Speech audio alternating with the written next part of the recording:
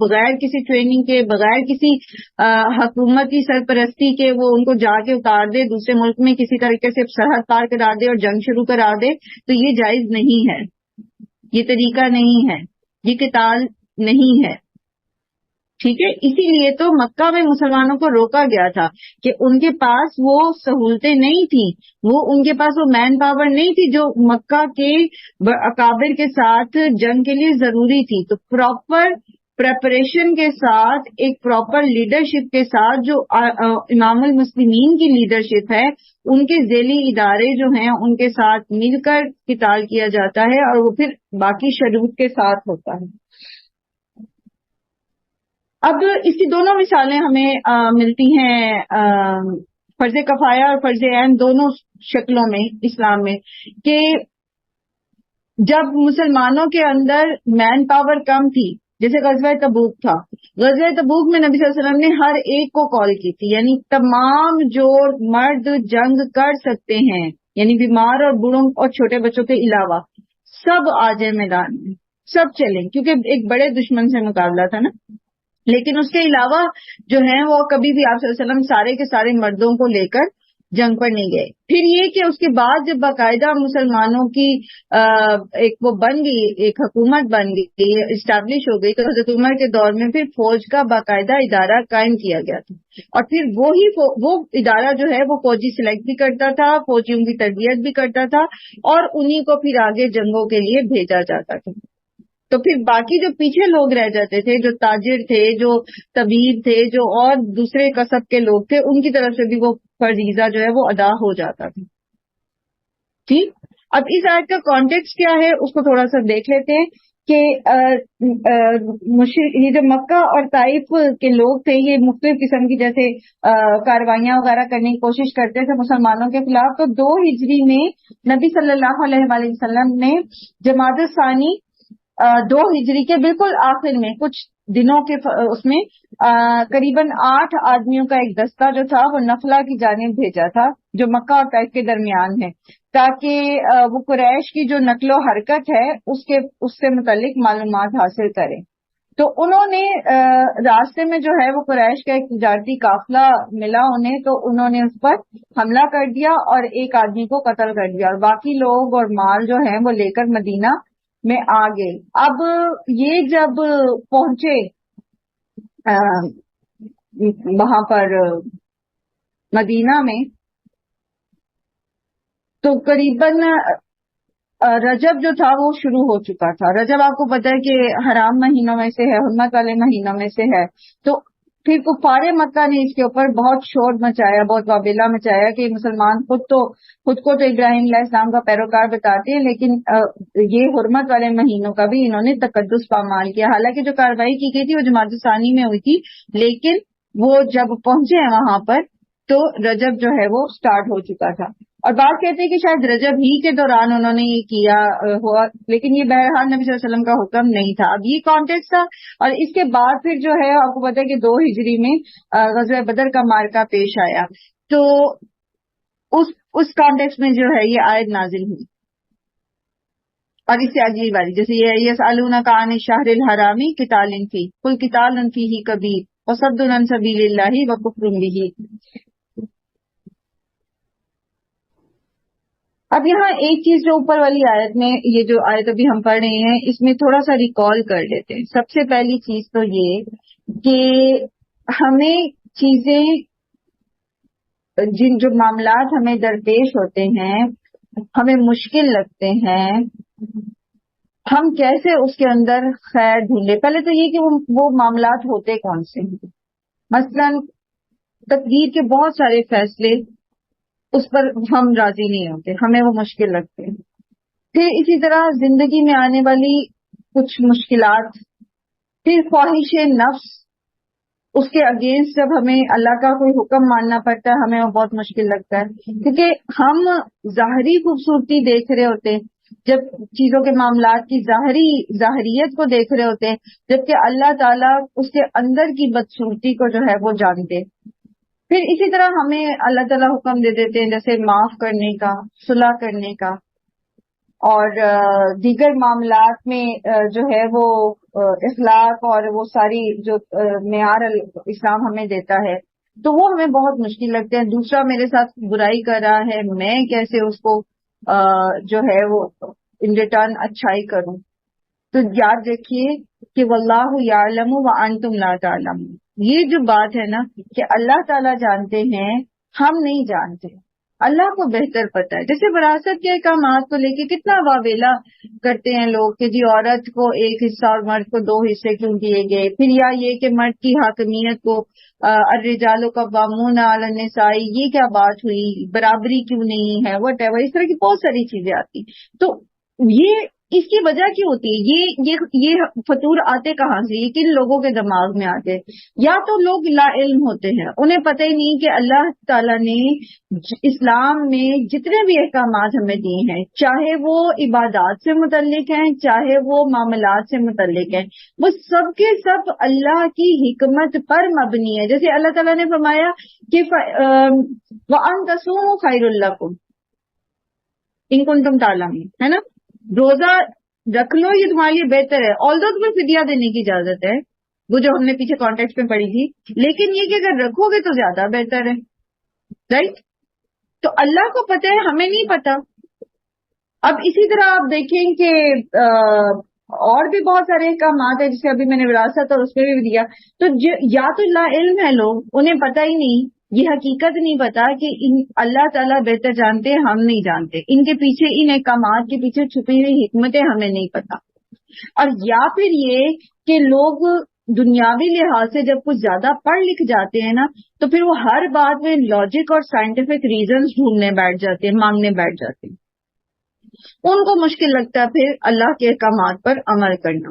لیکن جو اللہ کی معرفت رکھتے ہیں، چاہے وہ دنیاوی طور پہ پڑھے لکھے ہیں یا نہیں پڑھے لکھے، جو علم رکھتے ہیں، تو پھر وہ یہ جانتے ہیں کہ جو بھی سچویشن ہمیں درپیش ہے، جو بھی معاملہ ہمیں درپیش ہے، اس میں بہرحال کوئی نہ کوئی بھلائی ہے، کیونکہ اللہ سبحانہ تعالیٰ کو پتہ ہے، ہم نہیں جانتے.